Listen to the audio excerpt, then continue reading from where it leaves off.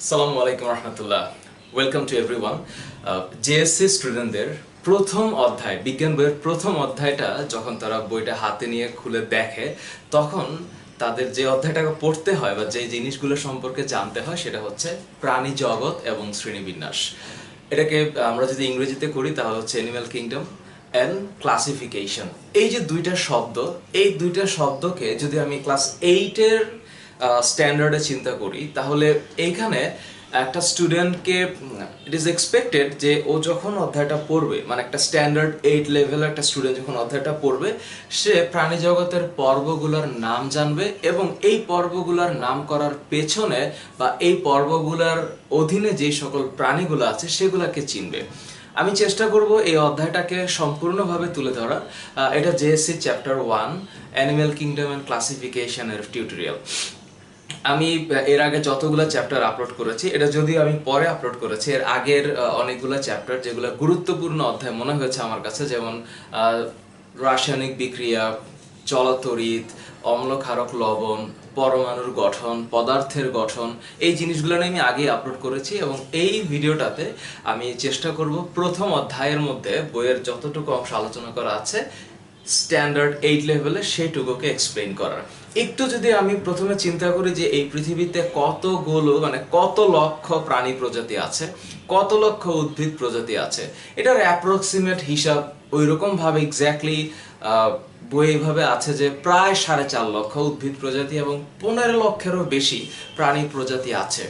এত বিশাল সংখ্যক প্রাণী প্রজাতি এবং উদ্ভিদ প্রজাতিকে স্টাডি করতে গেলে একটা আন্তর্জাতিকভাবে স্বীকৃত একটা ধাপ বা পদ্ধতির প্রয়োজন।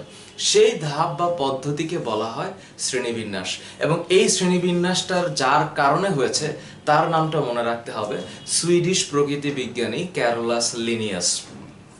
সালটা হচ্ছে 1753 সাল এবং তিনি যে বইটা লিখেছেন স্পেসিস প্ল্যান্টারাম, সেই বইটার মধ্যে এই যে শ্রেণীবিন্যাস, এই শ্রেণীবিন্যাসের সংস্করণ এবং তার যে কতগুলো ক্যাটাগরি, এই ক্যাটাগরিগুলোকে উল্লেখ করা হয়েছে। আমি এখানে ক্যাটাগরিগুলো লিখি নাই, আমি বেসিক্যালি চেষ্টা করেছি এই বোর্ডের মধ্যে, যদিও ক্লামজি হয়ে গেছে অনেক কিছু, বাট আমি চেষ্টা করেছি যে প্রাণী পর্বগুলোর নামগুলোকে লিখে তার সাথে ওই পর্বের এক্সাম্পল এবং কিছু বৈশিষ্ট্যকে তোমাদের সামনে তুলে ধরার। একটু যদি খেয়াল করে দেখো তাহলে দেখবা এখানে যে নামগুলো আমি লিখেছি এগুলো বইয়ে আছে, এটা বই থেকে আমি নিয়েছি। বাট এই চ্যাপ্টারটা পড়ার সময় স্টুডেন্টরা যে চ্যালেঞ্জটা ফেস করে সেটা হচ্ছে এতগুলা প্রাণী পর্বকে মনে রাখতে গিয়ে কোন পর্বের সাথে কোন পর্বের বা এই পর্বের সাথে এই পর্বের একটা মিক্সিং হয়ে যায়, সেই মিক্সিংটা যাতে না হয় সেই চেষ্টাটা আমি করব এই টিউটোরিয়ালটাতে। তোমাদের মনে রাখা উচিত যে এই বিশাল প্রাণী জগতের মধ্যে, এই বিশাল, এখানে যদিও প্রাণী জগৎ শব্দটাই হচ্ছে প্রাণী জগৎ, এখানে উদ্ভিদ নিয়ে আলোচনা করা হচ্ছে না, যেহেতু ক্লাস 8-এর বইটাতে পদার্থ, রসায়ন এবং জীববিজ্ঞান তিনটারই টেস্ট আছে। এইটা হচ্ছে পিওর বায়োলজির একটা পার্ট, মানে জীববিজ্ঞানের অংশ। সুতরাং তোমরা যারা জেএসসির প্রথম এই অধ্যায়টা পড়ছো বা প্রথম অধ্যায়টাতেই এই পড়াগুলাকে দেখছো, তোমাদের উচিত হবে খুব ভালো মতো পর্বগুলাকে জানা এবং নামকরণগুলাকে জানা। তার আগে বলে নিচ্ছি, এই যে ক্যারোলাস লিনিয়াসের নাম মনে রাখতে হবে, অ্যারিস্টটলের নাম মনে রাখতে হবে। এছাড়াও শ্রেণীবিন্যাসের আরো অনেক অনেক অনেক স্টাডি আছে। মানে ইন্টারমিডিয়েটের বটানি বইটাতে আমি শ্রেণীবিন্যাসের ইন্টারমিডিয়েট লেভেলে অলরেডি 2টা ভিডিও আপলোড করেছি শুধু শ্রেণীবিন্যাসের উপরে, এবং সেখানেও খুব কম করে বলার চেষ্টা করেছি। এখানে শুধু বলা হয়েছে যে শ্রেণীবিন্যাস হচ্ছে একটা পদ্ধতি যেখানে 7টা স্টেপ আছে। একটা হচ্ছে জগৎ, বিভাগ, শ্রেণী, বর্গ, গোত্র, গণ, প্রজাতি। এই সিরিয়ালটাকে মিস্টেক করা যাবে না এবং এই সিরিয়ালটাকে মানে এই সিকোয়েন্সটাকে ভাঙা যাবে না। সুতরাং আমরা যদি ইংরেজিতে করি তাহলে হচ্ছে kingdom, phylum, class, order, family, genus, species. এই 7টা হচ্ছে শ্রেণীবিন্যাসের ধাপ। তার মধ্যে সবচেয়ে বড় হচ্ছে জগৎ বা কিংডম, আর সবচেয়ে ছোটটা হচ্ছে স্পেসিস বা প্রজাতি। এই যে সিস্টেমটা, এই সিস্টেমটা কারা কন্ট্রোল করবে? এখানে দুইটা নাম তোমাদের মনে রাখা উচিত, একটা হচ্ছে আইসিবিএন আর একটা হচ্ছে আইসিজেডএন। আইসিবিএন মানে হচ্ছে international code of botanical nomenclature, যেখানে বোটানি মানে হচ্ছে উদ্ভিদ সংক্রান্ত বা উদ্ভিদ বিজ্ঞান সম্বন্ধীয় যেই সকল কার্যবিধি আছে বা যেই সকল গবেষণা আছে সেগুলাকে নিয়ন্ত্রণ করা এবং পাবলিশ করা। আর আইসিজেডএন হচ্ছে international commission of zoological nomenclature. In that case zoology শব্দটা ইন্ডিকেট করছে যে এটা হচ্ছে প্রাণী বা প্রাণী জগৎ নিয়ে কথাবার্তা। সুতরাং এই প্রাণী জগৎ নিয়ে যদি প্রথমে একটু চিন্তা করতে হয় তাহলে আমাদের মনে রাখতে হবে প্রাণী পর্ব অনেকগুলা, তার মধ্যে মেজর পর্ব হচ্ছে 9টা। আমি যদি একটু প্রাণী পর্বকে চিন্তা করি, এই যে এই বক্সের মধ্যে যা লেখা আছে এটা হচ্ছে অ্যানিম্যাল কিংডম, মানে প্রাণী জগৎ। তাকে কি কি ভাগে ভাগ করা হয়েছে? ফার্স্টে হচ্ছে পরিফেরা। এই যে পরিফেরা, এটার নিচে অনেকগুলো শনাক্তকারী বৈশিষ্ট্য দেওয়া আছে।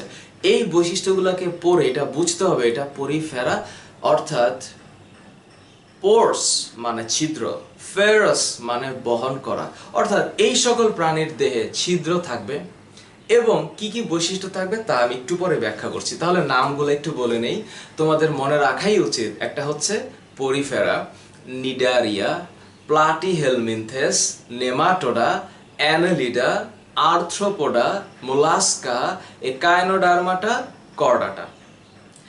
এই যে ভাগগুলোর মধ্যে কর্ডাটা এটা হচ্ছে একমাত্র মেরুদণ্ডী প্রাণী পর্ব, আর বাকি উপরের যে 8টা আছে এরা হচ্ছে অমেরুদণ্ডী প্রাণী পর্ব। ক্লাস 8-এ তোমরা এগুলাকে পড়ে যাচ্ছ। ইন্টারমিডিয়েটের বইটাতে যে জুলজি বইটা আছে ওই বইটারও প্রথম অধ্যায়তেই এগুলাকেই ব্যাখ্যা করা হয়েছে, তবে আরেকটু বিস্তৃত পরিসরে। সেখানে আরো অনেকগুলো সায়েন্টিফিক এক্সপ্লানেশন আছে, আরো অনেক প্রাণী আছে, আরো অনেক ব্যাখ্যা আছে। এটা হচ্ছে just drop of a water, এইটাই দেওয়া হয়েছে ক্লাস 8-এর বইটাতে। সুতরাং পরিফেরাতে পোর্স মানে ছিদ্র। আচ্ছা, আগে বলে নিচ্ছি। সো পরিফেরা এটা, তারপরে হচ্ছে নিডারিয়া। শব্দটার মানেটা কি? পরিফেরা মানে হচ্ছে পোর্স, দ্যাট মিন্স ছিদ্র, এবং এদের দেহটা হচ্ছে সরলতম বহুকোষী প্রাণী এবং বডিতে ছিদ্র আছে। এই যে পরিফেরার বডিতে যে ছিদ্র, এই ছিদ্রগুলোর নাম হচ্ছে অস্টিয়া।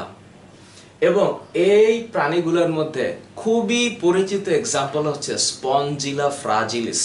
আমরা জানি বৈজ্ঞানিক নামের 2টা পদ থাকে, একটা হচ্ছে জেনাস আর একটা হচ্ছে স্পেসিস, মানে একটা হচ্ছে গণ আর একটা হচ্ছে প্রজাতি।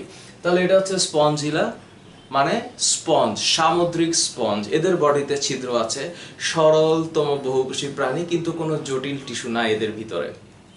এবং হচ্ছে স্কাইফা, সায়েন্টিফিক নাম যদি আমি বলি তাহলে হচ্ছে স্কাইফা জিলাটিনোসাম। এই হচ্ছে বিষয়। এরপরে যদি আমরা একটু নিডারিয়ার কথা বলি, নিডারিয়া হচ্ছে দ্বিভ্রূণস্তরীয় প্রাণী। দ্বিভ্রূণ, এখন এই যে দ্বিভ্রূণস্তরীয় প্রাণী, এটার 2টা ভ্রূণ, দ্যাট মিন্স ভ্রূণের স্তর হচ্ছে 2টা। এখন স্ট্যান্ডার্ড 8-এর একটা স্টুডেন্ট যদি এই প্রশ্নটা করে যে ভ্রূণ কি, তাহলে এক্সপ্লানেশনটা একদম বেসিক থেকে আসতে হবে। প্রত্যেকটা প্রাণীর যে সৃষ্টি, যৌনজনন প্রক্রিয়া, যে জাইগোট সৃষ্টি হয়, সেই জাইগোটের যে বিভাজনের ফলে একটা ভ্রূণ তৈরি হয়, সেখানে 3টা লেয়ার থাকে। ছোট্ট করে বলছি, সেই 3টা লেয়ারের একটা হচ্ছে এক্টোডার্ম, এন্ডোডার্ম, মেসোডার্ম। এই 3টার মধ্যে এই পর্বের প্রাণীদের স্তর বা ভ্রূণের স্তর হচ্ছে 2টা, এক্টোডার্ম আর এন্ডোডার্ম। এবং এই যে দ্বিভ্রূণস্তরীয় প্রাণী, এদের বডিতে যে মাঝখানে যে খালি জায়গাটা থাকে এটার নাম হচ্ছে সিলেন্টেরন। আমি কিছু কিওয়ার্ডকে জাস্ট লিখে রেখেছি পর্বের নামের সাথে মিল রেখে, যেহেতু নিডারিয়া, সুতরাং নিডারিয়া পর্বের প্রাণীদের দেহ যে গহ্বরটা এটার নাম হচ্ছে সিলেন্টেরন। এবং তার সাথে এই যে নিডোব্লাস্ট, এটা হচ্ছে ওরা এক ধরনের বিশেষ কোষ যেটা দিয়ে সে শিকার ধরে। নিডোব্লাস্ট, হ্যাঁ, সূত্র নিক্ষেপ করে সে হচ্ছে শিকার ধরে। তার মানে নিডারিয়া পর্বের প্রাণী যখন আমরা স্টাডি করব তখন আমাদেরকে মনে রাখতে হবে যে দ্বিভ্রূণস্তরীয় একটা কিওয়ার্ডস সিলেন্টেরন এবং হচ্ছে নিডোব্লাস্ট। এক্সাম্পল যদি আমি বলি তাহলে মনে রাখতে হবে হাইড্রা। এবং হাইড্রার সায়েন্টিফিক নাম যদি আমি বলি অনেকভাবে বলা যেতে পারে, Hydra viridissima, Hydra vulgaris, Hydra fusca. এরা হচ্ছে হাইড্রার সায়েন্টিফিক নেম। এরপর ওবেলিয়াও আছে। প্লাটিহেলমিনথেস, এটার ব্যাখ্যা হচ্ছে প্ল্যাটি মানে হচ্ছে চ্যাপ্টা, আর হেলমিনথস মানে হচ্ছে ক্রিমি। তার মানে প্লাটিহেলমিনথেস এটার ব্যাখ্যা হচ্ছে চ্যাপ্টা ক্রিমি। অর্থাৎ এই পর্যায়ের বা এই পর্বের সব প্রাণী বা অন্তর্ভুক্ত প্রাণীগুলো হচ্ছে চ্যাপ্টা ক্রিমি বা যারা ক্রিমি অ্যাকচুয়ালি। একটু যদি আমি এক্সাম্পল গুলাকে খেয়াল করি তাহলে দেখবা যে এখানে হচ্ছে চ্যাপ্টা উভলিঙ্গ। উভলিঙ্গ মানে হচ্ছে একই দেহে পুরুষ এবং স্ত্রী জননতন্ত্র এবং জননছিদ্র আছে। উভলিঙ্গ দেহের যে আবরণ সেটা হচ্ছে কিউটিকল দ্বারা আবৃত। কিউটিকল, আমি কিওয়ার্ডস গুলাকে লিখেছি। রেচনাঙ্গ হচ্ছে শিখাকোষ বা ফ্লেম সেল। প্লাটিহেলমিনথেস বললে আমাদের মাথায় যে শব্দগুলোকে আসতে হবে, নাম্বার 1, প্ল্যাটি মানে হচ্ছে চ্যাপ্টা, ফ্ল্যাট। হেলমিনস মানে হচ্ছে ক্রিমি। তার মানে প্লাটিহেলমিনথেস মানে হচ্ছে চ্যাপ্টা ক্রিমি। তবে প্লাটিহেলমিনথেসের আমাদের ফার্স্ট এই পর্বটাকে চেনার জন্য আমাদের মনে রাখতে হবে এটা হচ্ছে চ্যাপ্টা, উভলিঙ্গ। উভলিঙ্গ এবং ক্রিমি যেহেতু এরা হচ্ছে পরজীবী, বেসিক্যালি অন্তঃপরজীবী। অন্তঃপরজীবী বলতে বোঝায় যে সকল পরজীবী কোনো পোষক দেহের অভ্যন্তরে বাস করে।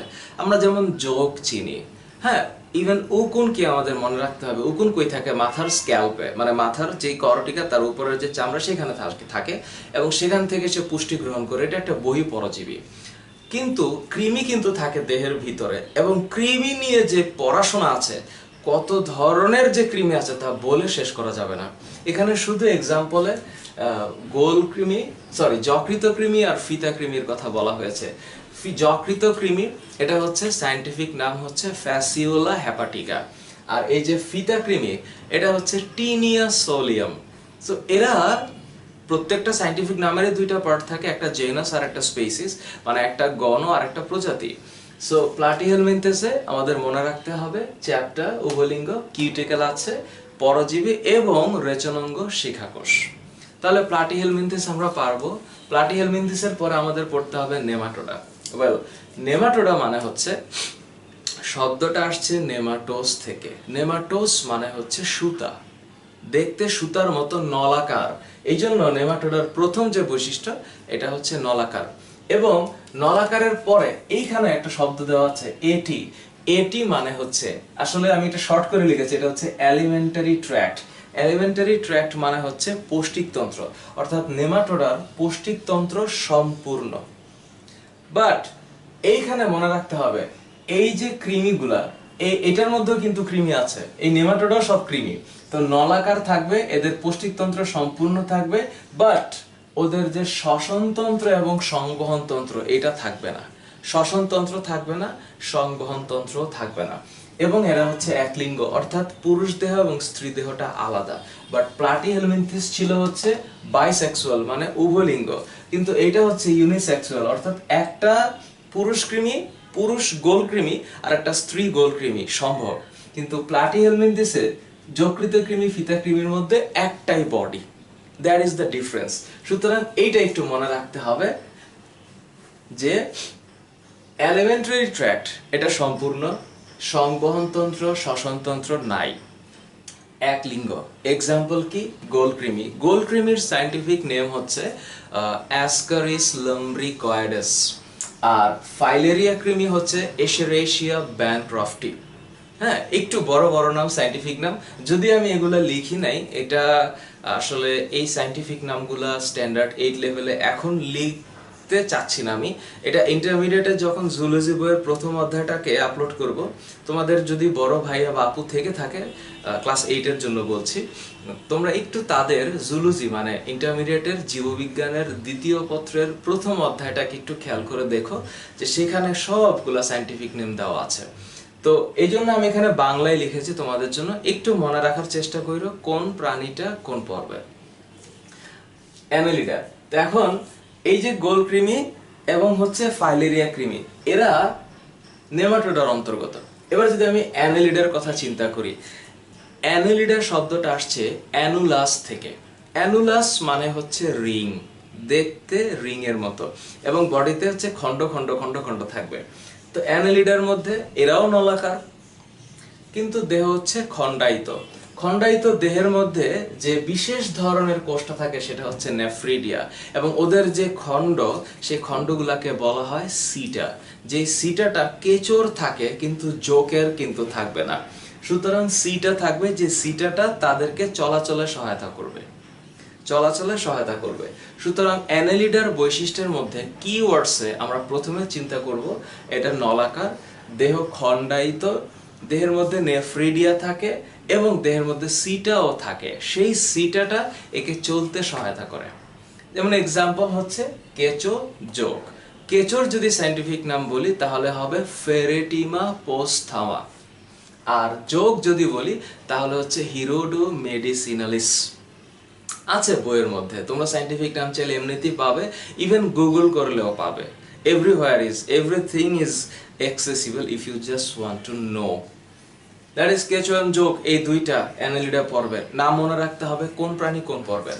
এরপরে যদি আমি আর্থ্রোপোডা বলি, এটা হচ্ছে প্রাণী জগতের সবচেয়ে বড় প্রাণী পর্ব, এটা মাথা রাখতে হবে, এটা সবচেয়ে বড় প্রাণী পর্ব আর্থ্রোপোডা। এখানে যতগুলা প্রাণী পর্ব আছে তার মধ্যে সবচেয়ে বড় প্রাণী পর্ব হচ্ছে আর্থ্রোপোডা। তো আর্থ্রোপোডাতে আর্থ্রোস মানে হচ্ছে কানেক্টেড বা সন্ধিযুক্ত, পোডোস মানে হচ্ছে পা। পোডো শব্দটার এই শব্দটা যেমন আমরা অ্যামিবার ক্ষেত্রে পড়েছি সিউডোপোডিয়া, সিউডো মানে হচ্ছে ফলস, সুডোপোডিয়া, পোডোস মানে হচ্ছে পা। ঠিক সিমিলার ওয়েতে এখানেও নামকরণ করা হয়েছে। আর্থ্রোস মানে হচ্ছে সন্ধিযুক্ত, পোডোস মানে হচ্ছে পা। তার মানে আর্থ্রোপোডা মানে হচ্ছে সন্ধিযুক্ত উপাঙ্গ, এবং এই পর্বের প্রাণী অনেক বেশি, অনেক। একটু খেয়াল করে দেখো, এখানে প্রজাপতি আছে, চিংড়ি আছে, আরশোলা আছে, কাঁকড়া আছে, এরা মানে আরো অনেক আছে। এখন আমরা যদি একটু সায়েন্টিফিক নাম বলি, যেমন আচ্ছা তার আগে একটু বলে নিই, সন্ধিযুক্ত উপাঙ্গ, সন্ধিযুক্ত উপাঙ্গ দ্যাট মিন্স কানেক্টেড লেগস। পুঞ্জাক্ষী আছে, অনেকগুলো চোখ আছে। একটু আরশোলাকে চিন্তা করো বা ঘাস ফড়িংটাকে চিন্তা করো, অ্যান্টেনা আছে মাথার মধ্যে, দুইটা অ্যান্টেনা। তেলাপোকাকে একটু চিন্তা করো, দুইটা অ্যান্টেনা আছে, ওটা দিয়ে সে কি করতেছে, মানে মানে পরিবেশ থেকে সে হচ্ছে গিয়ে রেসপন্স কালেক্ট করছে যে কি অবস্থা।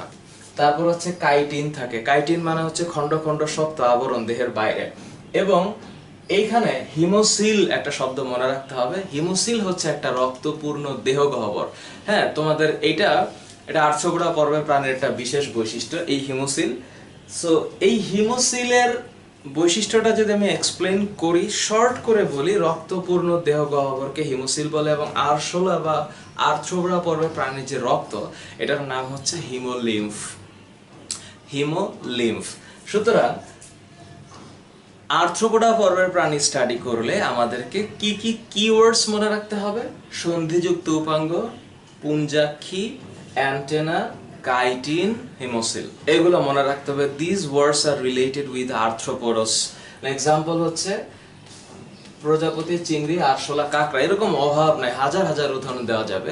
যেমন আমরা যদি আরশোলার কথা বলি তাহলে সায়েন্টিফিক নাম হবে পেরিপ্ল্যানেটা আমেরিকানা। আমরা যদি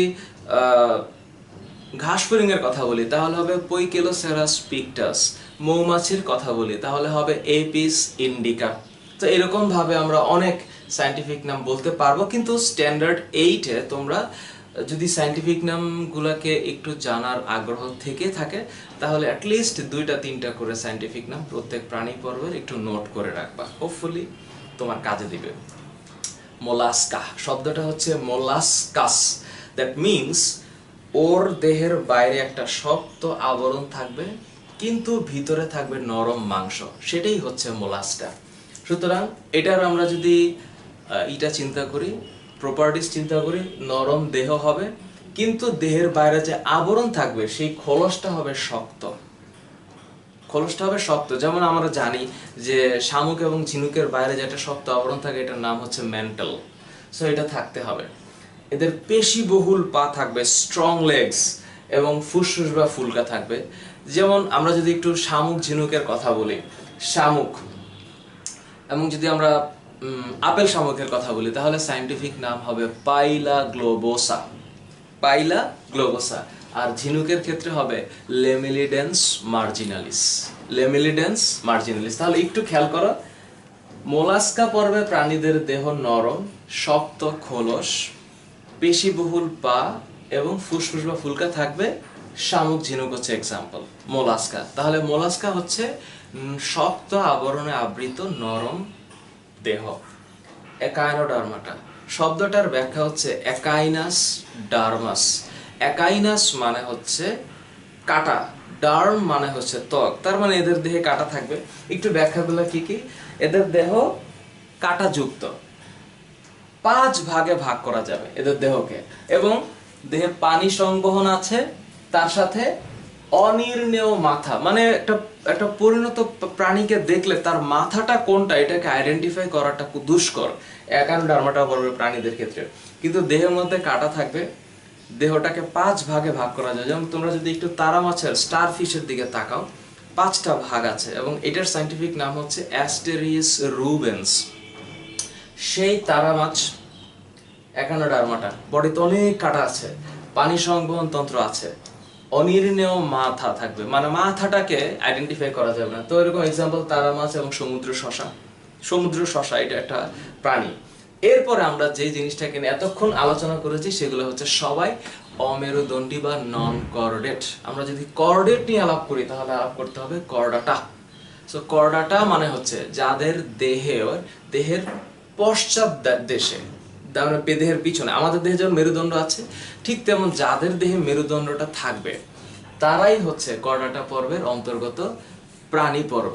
তো এদের বৈশিষ্ট্য কি? নটোকর্ড, ফাপা স্নায়ুরজ্জু, এই যে স্পাইরাল কর্ড, তারপর হচ্ছে পার্শ্বীয় গলবিলীয় ফুলকা। ফুলকা থাকতে পারে, যেটা পরবর্তীতে আবার মানে ফুলকাটা যেমন হচ্ছে গিয়ে আমরা যদি বলি মাছের ক্ষেত্রে, মাছেরটা কিন্তু পুরোটাই হচ্ছে গিয়ে ফুলকা, কিন্তু মানুষেরটা হচ্ছে ফুসফুস। এখন এই ফুলকা ফুসফুসের মধ্যে ডিফারেন্স হচ্ছে যে ফুলকা যেটা করে, which is gills actually, পানিতে দ্রবীভূত অক্সিজেনটাকে সে ব্যবহার করতে পারে, কিন্তু আমাদের হচ্ছে প্রচুর অক্সিজেন দরকার। এই জন্য মানুষ যেটা করে হচ্ছে প্রকৃতি থেকে ডিরেক্টলি শ্বসন তন্ত্রের সাহায্যে বা ফুসফুসের সাহায্যে অক্সিজেন গ্রহণ করে বা প্রয়োজনীয় অক্সিজেনটা সে পরিবেশ থেকে নেয়। সুতরাং এই সবাত শ্বসনের জন্য বা শ্বসন কার্য পরিচালনা করার জন্য মানুষের বা উন্নত প্রাণীর বেশি পরিমাণে অক্সিজেন দরকার, সে কারণে সেটা ফুসফুসের সাহায্যে নেয়। কিন্তু মানুষের পক্ষে পানির নিচ থেকে কিন্তু অক্সিজেন গ্রহণ করা সম্ভব না। এই যে কর্ডাটা, এই কর্ডাটার যদি ভাগ চিন্তা করি তাহলে এখানে 3টা ভাগ আছে। একটা হচ্ছে ভার্টিব্রাটা, একটা হচ্ছে ইউরোকর্ডাটা, আরেকটা হচ্ছে সেফালোকর্ডাটা। এই যে ভার্টিব্রাটা, ইউরোকর্ডাটা, সেফালোকর্ডাটা, এগুলা সবই হচ্ছে কর্ডাটার উপপর্ব, এবং উপপর্বের পরের যে 7টা এরা হচ্ছে শ্রেণী। এটা মনে রাখতে হবে, কর্ডাটার 3টা অংশ উপপর্ব, ইউরোকর্ডাটা, সেফালোকর্ডাটা, ভার্টিব্রাটা। ভার্টিব্রাটার 7টা কি কি? সাইক্লোস্টোমাটা, এই যে ফার্স্টেরটা Cyclostomata, Chondrichthyes, Osteichthyes, Amphibia, Reptilia, Aves, Mammalia. Amphibia মানে কি? উভচর। রেপটিলিয়া মানে কি? সরীসৃপ। সুতরাং অ্যামফিবিয়া এটা হচ্ছে উভচর, সরীসৃপ হচ্ছে রেপটিলিয়া, পক্ষীকুল হচ্ছে অ্যাভিস, আর স্তন্যপায়ী হচ্ছে ম্যামালিয়া।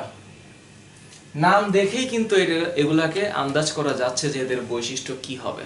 সুতরাং আমি এই টিউটোরিয়ালটাতে এই বৈশিষ্ট্যগুলোকে এক্সপ্লেইন করলাম না।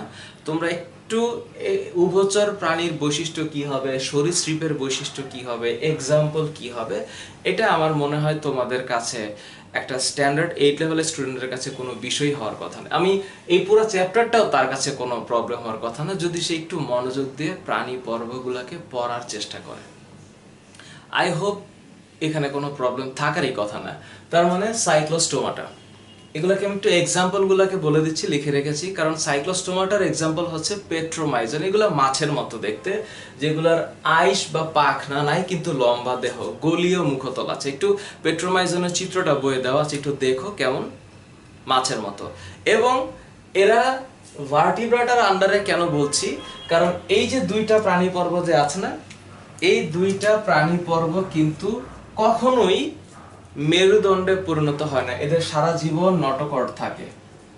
এদের সারা জীবন নটোকর্ড থাকে, কিন্তু এই যে ভার্টিব্রাটা, এই ভার্টিব্রাটার যে নটোকর্ড এটা পরিণত হয়ে ভার্টিব্রাতে পরিণত হয়। এটার নাম হচ্ছে মেরুদণ্ড। যেমন আমাদের কিন্তু শক্ত মেরুদণ্ড আছে, শুধু এদের কিন্তু কোনো শক্ত মেরুদণ্ড নাই। এই যে ইউরোকর্ডাটা যার এক্সাম্পল হচ্ছে অ্যাসিডিয়া, আর সেফালোকর্ডাটা যার এক্সাম্পল হচ্ছে ব্রাঙ্কিওস্টোমাটা, এদের কিন্তু কোনো মেরুদণ্ড নাই, শুধুমাত্র নটোকর্ডে আছে। তো ভ্রূণ অবস্থায় যে নটোকর্ড সেটা সারা জীবন থাকে, বাট ওদের মানে ভার্টিব্রাটের এটা হচ্ছে মেরুদণ্ডে পরিণত হয়। যেমন আমি যদি সাইক্লোস্টোমাটার কথা চিন্তা করি তাহলে আসবে পেট্রোমাইজন, কন্ড্রিকথিসের কথা চিন্তা করি তাহলে আসবে হাঙর বা করাত মাছ, অস্টিকথিস মানে হচ্ছে ইলিশ মাছ, কারণ ইলিশ মাছের কিন্তু যে আইস সেটা হচ্ছে সাইক্লয়েড বা গ্যানোয়েড আইস। এটা আবার আইসের টাইপস। অনেক স্টুডেন্টের কাছে এটা খুবই সারপ্রাইজিং একটা ওয়ার্ড মনে হবে, placoid ice, what does it mean, or ganoid ice বা সাইক্লয়েড আইস। আইস মানে হচ্ছে আমরা বাজারে মাছ কিনতে গেলে দেখি না যে, যেমন তোমরা শিং মাছের দেখবা, শিং মাছের কিন্তু আঁশ নাই, কিন্তু রুই কাতলা ইলিশ এদের কিন্তু হচ্ছে গিয়ে আঁশ থাকে, শক্ত শক্ত আঁশ থাকে। তো সেই আঁশগুলার আকৃতির উপরে হচ্ছে এটার নাম হয়েছে প্ল্যাকয়েড আইস। অ্যাকচুয়ালি শব্দটা আঁশ না, এটা হবে আইস। সো সাইক্লয়েড টিনোয়েড আইস। তো অস্টিকথিসের ক্ষেত্রে এক্সাম্পল হচ্ছে ইলিশ মাছ বা সি হর্স। এটা হচ্ছে উভচর, অ্যামফিবিক, দ্যাট মিনস পানিতেও থাকে ডাঙায়ও থাকে। এক্সাম্পল হচ্ছে সোনা ব্যাঙ এবং হচ্ছে কুনু ব্যাঙ। এরপর সরীসৃপ আছে। সরীসৃপের ক্ষেত্রে রেপটিলিয়া। একটু যদি আমি চিন্তা করি যে রেপটিলিয়াতে টিকটিকি, কুমির, সাপ। রেপটিলিয়া মানে হচ্ছে যারা বুকে ভর দিয়ে চলে, সহজ। পক্ষীকুল হচ্ছে যারা পাখি। বায়ুথলি আছে, ডানার সাহায্যে আকাশে উড়ে বেড়ায়, ঠোঁটটা হচ্ছে শক্ত হয়ে সামনের দিকে থাকে, হ্যাঁ, এবং বেসিক্যালি দুই পা, এবং ডানার সাহায্যে উড়ে বেড়ায়, ডিম পারে, এরকম অবস্থা পক্ষীকুল। কাক, দোয়েল, হাঁস। স্তন্যপায়ীর ক্ষেত্রে মানুষ, উট, বাঘ। এরা হচ্ছে স্ত্রী পরিণত, স্ত্রী দেহে পরিণত স্তন গ্রন্থি থাকে এবং সেখান থেকে তার যে অফস্প্রিং বা বাচ্চা তার খাদ্য সরবরাহ হয়। সো এরা হচ্ছে Mammalia. So these are the classes, actually classes of the Vertebrata. সুতরাং আমরা পর্ব হিসাবে আমরা কর্ডাটাকে জানি, যার উপপর্ব হিসাবে তিনটা জিনিসকে জানি, ইউরোকর্ডাটা, সেফালোকর্ডাটা, ভার্টিব্রাটা। এবং ভার্টিব্রাটার সাতটাকে জানি, Cyclostomata, Chondrichthyes, Osteichthyes, Amphibia, Reptilia, Mammalia, Aves. এই তো। এবং এখানে কিন্তু কঠিন কিছু নাই, আমি পুরো চ্যাপ্টারটাতে ছোট্ট করে কিছু বলার চেষ্টা করেছি, এবং এক্সাম্পলগুলা এটা একটু কিন্তু বিশাল ব্যাপার, এক্সাম্পল মনে রাখতে হবে, হবেই, মনে রাখতেই হবে। সো একটু যদি তোমরা পুরো চ্যাপ্টারটাকে একটু দেখো, তাহলে এখানে প্রাণীর পর্বগুলাকে দেখা যাচ্ছে, প্রাণীর পর্বের সাথে এক্সাম্পল গুলাকে একটু মাথায় রাখতে হবে। স্পঞ্জিলা, স্কাইফা, হাইড্রা, ওবেলিয়া, যকৃত কৃমি, ফিতা কৃমি, মানে কে কোথায় পড়বে। পরিফেরা যদি আমি বলি তাহলে পরিফেরা থেকে কে পড়ছে, স্কাইফা, স্পঞ্জিলা। তারপর আমি যদি নিডারিয়ার কথা বলছি, নিডারিয়া হচ্ছে কি নাইট, মানে কাঁটাযুক্ত। তখন ওদের যদি নিডারিয়ার বডি যদি চিন্তা করি তাহলে হচ্ছে হাইড্রা, নোবেলিয়া। তারপরে প্লাটিহেলমিনথেস চিন্তা করি চ্যাপ্টা কৃমি, তাহলে পড়বে হচ্ছে যকৃত কৃমি, ফিতা কৃমি। আমি যদি নেমাটোডার কথা চিন্তা করি তাহলে হচ্ছে গোল গোল কৃমি পড়বে, যেটা হচ্ছে গোল কৃমি এবং ফাইলেরিয়া কৃমি। অ্যানালিডার কথা চিন্তা করি কেঁচো, যোগ, আর্থ্রোপোডা, পতঙ্গ, তেলাপোকা, ঘাসফড়িং, মৌমাছি, প্রজাপতি। মোলাস্কার কথা চিন্তা করি শামুক, ঝিনুক। একাইনোডার্মাতার কথা চিন্তা করি তারা মাছ, সমুদ্র শসা। কর্ডাটার কথা চিন্তা করি সব মেরুদণ্ডী। একদিকে করে দিবা কিভাবে, ইউরোকর্ডাটা, সেফালোকর্ডাটা, ভার্টিব্রাটা। ভার্টিব্রাটা 7টা, এবং ইউরোকর্ডাটার মধ্যে অ্যাসিডিয়াকে মনে রাখতে হবে, সেফালোকর্ডাটার ক্ষেত্রে ব্রাঙ্কিওস্টোমাটাকে মনে রাখতে হবে। এবং এই চ্যাপ্টারের শেষে শ্রেণীবিন্যাসের 7টা ধাপকে একটু বলা হয়েছে, এবং শ্রেণীবিন্যাসের এক একটা ধাপকে টেক্সা বলে, টেক্সা। এবং শ্রেণীবিন্যাস সম্পর্কিত যে জ্ঞান এটাকে বলা হয় হচ্ছে টেক্সোনমি, টেক্সোনমি। এবং এটার শ্রেণীবিন্যাসের আবিষ্কারক হচ্ছেন, কাকে বলা হয়, ক্যারোলাস লিনিয়াস। তিনি কে, তিনি হচ্ছেন সুইডিশ প্রকৃতি বিজ্ঞানী, সুইডিশ বিজ্ঞানী, এবং তিনি তার গ্রন্থে এই শ্রেণীবিন্যাস সম্পর্কে বলেছেন। এবং আমরা দ্বিপদ নামকরণেও জানি, একটা সাইন্টিফিক নামের কথা বইয়ে সুন্দর করে দেওয়া আছে, সেটা হচ্ছে হোমো সেপিয়েন্স। খুবই কমন একটা নাম, হোমো সেপিয়েন্স। মানুষের সায়েন্টিফিক নাম। সো এই যে মানুষের সায়েন্টিফিক নামের হোমো সেপিয়েন্স, এই জিনিসটা কি? এই যে হোমো হচ্ছে গণ, মানে প্রথম সায়েন্টিফিক নামের দুইটা পার্ট। ফার্স্ট একটা হচ্ছে জেনাস বা গণ, আর পরেরটা হচ্ছে স্পেসিস বা প্রজাতি। অনেক সহজ সহজ নাম আছে, যেমন কাতলা মাছের সায়েন্টিফিক নাম যদি আমি বলি তাহলে সেটা হচ্ছে একদম সহজ, কাতলা। সো এই যে সায়েন্টিফিক নাম, এটা কিন্তু লেখার কিন্তু একটা কায়দা কানুন আছে। সো সি হচ্ছে ক্যাপিটাল সি হইতে হবে, মানে সায়েন্টিফিক নামের দুইটা পার্ট থাকবে। এইটা হচ্ছে জেনাস এবং এইটা হচ্ছে স্পেসিস, মানে হচ্ছে প্রজাতি। এবং নাম যদি লিখি আমরা সায়েন্টিফিক নাম, তাহলে দুইটা নামের নিচে আলাদা আলাদা করে দাগ দিতে হবে। এবং এই যে সায়েন্টিফিক নাম লেখার যে নিয়ম কানুন, এটা না মেনে পরীক্ষায় লিখলে তখন কিন্তু 0 পাইতে হবে। এটা মেনে চলতে হবে, কারণ দিজ আর দ্য রুলস।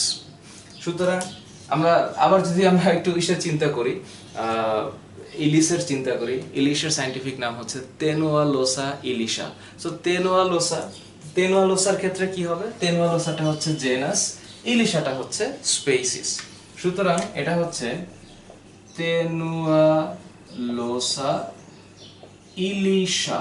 সুতরাং তেনুয়ালোসাটা কি? এটা জেনাস। ইলিশা কি? স্পেসিস। তাহলে এই হচ্ছে জেনাস, এই হচ্ছে স্পেসিস। ফার্স্ট যে অ্যালফাবেটটা এটা আমরা কিভাবে লিখেছি? ক্যাপিটাল লেটারে, বাকি সব হচ্ছে স্মল লেটারে। এবং নামের শেষে আমরা দুইটা আলাদা করে দাগও দিয়েছি। সো এখানে আরেকটা জিনিস মনে রাখতে হবে, যে সায়েন্টিস্ট যে সায়েন্টিফিক নামটাকে আবিষ্কার করেছেন বা যে প্রাণীটার নামকরণটা দিয়েছেন, তার নামটাকেও সাথে লিখে রাখা যায়। সো এই রুলসগুলোকে মানতে হবে। বইয়ের শেষের দিকে, মানে এই চ্যাপ্টারটা শেষের দিকে শ্রেণীবিন্যাসের প্রয়োজনীয়তা নিয়ে কথা বলা হয়েছে, শ্রেণীবিন্যাস নিয়ে কথা বলা হয়েছে, শ্রেণীবিন্যাসের সংজ্ঞাটা বলা হয়েছে, এবং প্রাণী বৈচিত্র্যটাকে কি জিনিস, প্রাণী বৈচিত্র্যটাকে কিভাবে সহজে অধ্যয়ন করা যাবে সেটাকেও ব্যাখ্যা করা হয়েছে। সুতরাং এই অধ্যায়টা পড়ার পরে একটা স্টুডেন্টের উচিত হবে সমগ্র প্রাণী পর্বটাকে আইডেন্টিফাই করা, কয়টা পর্ব আছে, তার কি কি উপপর্ব আছে, তার কি কি শ্রেণী আছে, এবং এগুলোর মধ্যে ডিফারেন্সটা কি, difference between Urochordata and Cephalochordata, difference between Osteichthyes and Chondrichthyes, difference between Chondrichthyes and Cyclostomata। একটু মনে রাখতে হবে, ফুলকা Chondrichthyes-এর ক্ষেত্রে 5 থেকে 7 জোড়া ফুলকা থাকবে, কিন্তু কোনো কানকো থাকবে না। বাট Osteichthyes-এর কিন্তু 4 জোড়া ফুলকা থাকবে, কানকো থাকবে। These are the thing, এগুলাকে একটু মাথায় রাখতে হবে। সো এই হচ্ছে shorter description of chapter 1 JSC সায়েন্সের। সুতরাং এই চ্যাপ্টারটা পড়ার পরে আরও যদি কোনো প্রশ্ন থেকে থাকে আমাকে লিখো আমাদের স্কুলের ফেসবুক পেজে এবং এই ইউটিউবের এই ভিডিওটার নিচে। দেখা হবে পরের কোনো চ্যাপ্টার নিয়ে। আল্লাহ হাফেজ।